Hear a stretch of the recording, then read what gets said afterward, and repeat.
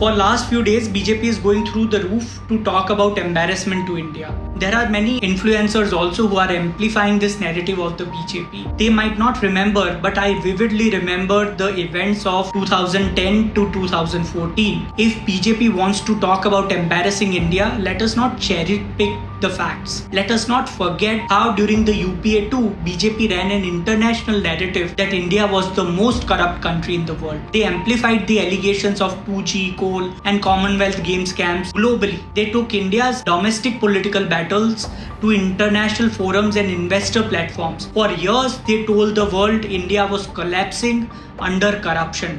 What happened eventually? In the so-called 2G, coal and Commonwealth scam, the sweeping narrative of largest scam ever collapsed under court scrutiny. Court acquitted all the accused, citing lack of evidence. So who actually damaged India's reputation abroad? It was BJP that built an international campaign branding India as irredeemably corrupt. Just to win an election, they tarnished India's image and reputation. India and India's economy suffered.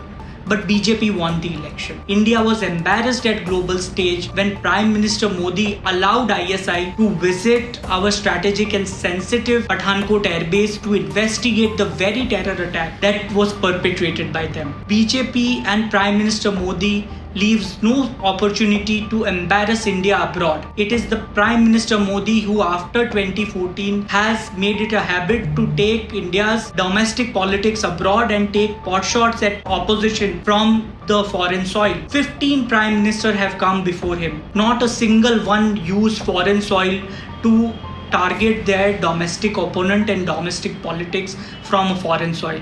But it is the Prime Minister Modi who has made it a habit and who does it regularly.